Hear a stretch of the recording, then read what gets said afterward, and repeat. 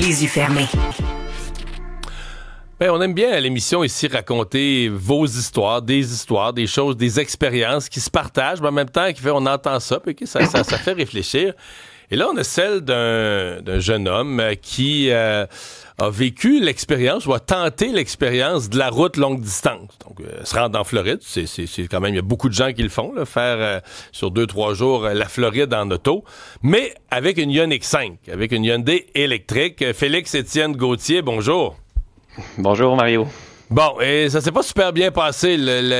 Pourtant, ce véhicule-là a gagné le prix véhicule de l'année. Il a une excellente réputation, mais le vôtre a décidé de vous niaiser. Ouais, en fait, c'est pas mal ça. Moi, je suis quelqu'un qui va en Floride une fois par année, soit en avion ou en auto. Je l'ai fait plusieurs fois. Puis cette année-là, on a décidé d'y aller avec la Ioniq 5, essayer ça, avec mes 2 enfants et ma conjointe, 2 enfants de 2 et 3 ans. Donc, on s'est dit qu'on allait faire des arrêts aux 2-3 heures. Ça allait donner du repos à tout le monde. Mais aux États-Unis, y a-tu des charges en masse comme au Québec? Ah oui. On dit oui, OK, c'est pas un problème. Non, je te dirais que c'est mieux qu'au Québec même. OK. C'est ça. Donc, je m'en vais là-bas, puis sur le chemin du retour, je reçois sur mon dash, rendu à 9 h le soir, il fait 30 dehors, sur l'autoroute 95 en Caroline du Sud, la belle tortue qui dit puissance limitée, il me reste 20% de batterie, l'auto arrête complètement, je suis pogné sur l'accotement avec mes enfants, ma voiture toujours garantie. Excuse-moi, mais la tortue, c'est le logo qui dit batterie trop basse, c'est ça? Qu'il y a un problème de puissance avec la batterie. Fait que c'est soit parce que ta batterie est trop basse ou il y a un problème avec la batterie. Donc, ma voiture toujours sous garantie, j'appelle le Hyundai, l'assistance routière Hyundai. Puis, à partir de ce moment-là, ça se complique. On me dit même, on peut pas remorquer ta voiture, t'es trop loin d'un Hyundai, comme si c'était moi qui choisissais où est-ce que ma voiture tombe en panne. Donc, parce que là, la batterie était pas en bas de 20%. Là. J'étais à 19. J'étais à 19%. Là. Puis normalement, le low battery apparaît à 10% et en bas. OK. Donc, je m'arrange avec mes enfants. La police a dû venir nous chercher parce qu'il n'y avait pas de taxi, puis tout ça. On prend l'avion. Bref, 2-3 jours de calvaire. Puis entre-temps, toujours pas de voiture. Ça m'a pris 2 à 3 semaines avec Hyundai Canada pour avoir des nouvelles de ma voiture. Je reçois des nouvelles. Parce que là, elle était où la voiture? Je comprends, elle est restée sur le bord du chemin. Elle est restée sur le bord du chemin. 14 heures plus tard, elle a été remorquée à Charleston, en Caroline du Sud.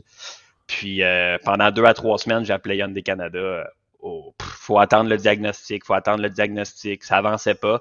Puis 2 à 3 semaines plus tard, j'ai reçu un appel de Hyundai Charleston me disant on a trouvé le problème, ça serait ta batterie 12 volts, blablabla.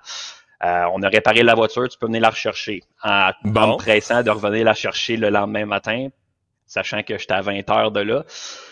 Donc là, c'est pas terminé. Je m'en vais rechercher la voiture en avion à Charleston.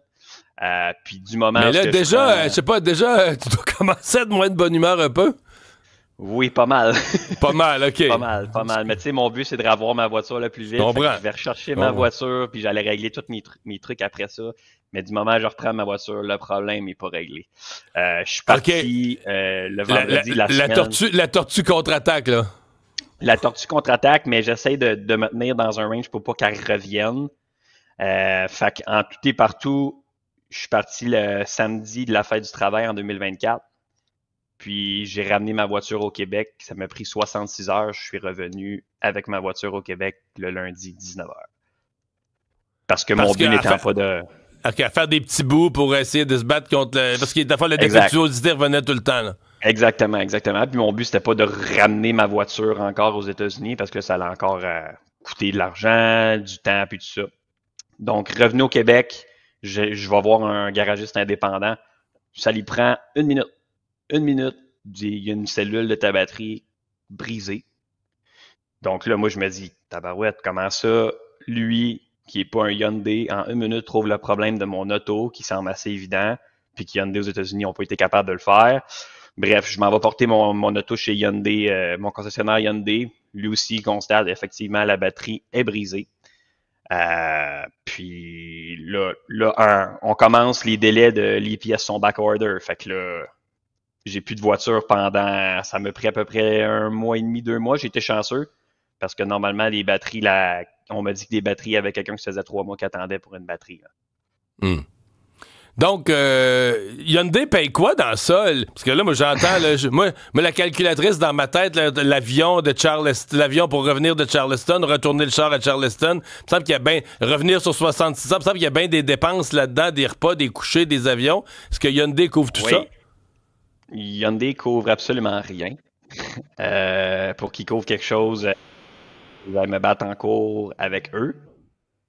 Eux autres, ils se défendent que leur garantie des dommages externes.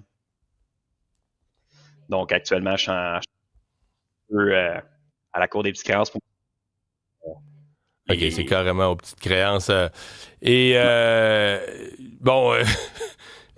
Conclusion concernant les longs voyages avec les autos électriques, pas sûr. Là. Peut-être qu'il y a des gens qui vont nous écrire qui ont eu des expériences différentes. J'entends que toi, tu repartirais pas pour quelques milliers de kilomètres en voiture électrique demain matin?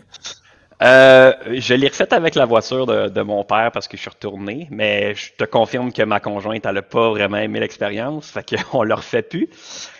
Puis en même temps, c'est vraiment pas plus économique d'y aller en voiture électrique. Comme je t'ai dit, je l'ai fait souvent avec des Chrysler Pacifica ou des Dodge Grand Caravan à essence, puis ça m'a coûté plus cher de recharge électrique y aller avec mon Ioniq 5 que d'y aller avec ces voitures à essence-là.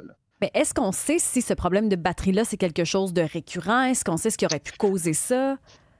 Moi, je le sais pas. Ils me l'ont pas dit. C'était quoi la cause? Je sais pas s'ils savent. Est-ce que c'est récurrent? Je pense pas. Tu sais, moi, ce que je dépasse, c'est pas tant ma voiture qui a brisé, mais plus aucun service de Hyundai. Puis, tu sais, moi, j'ai acheté la garantie prolongée supérieure qui m'a coûté 5-6 000 $ de plus. Là.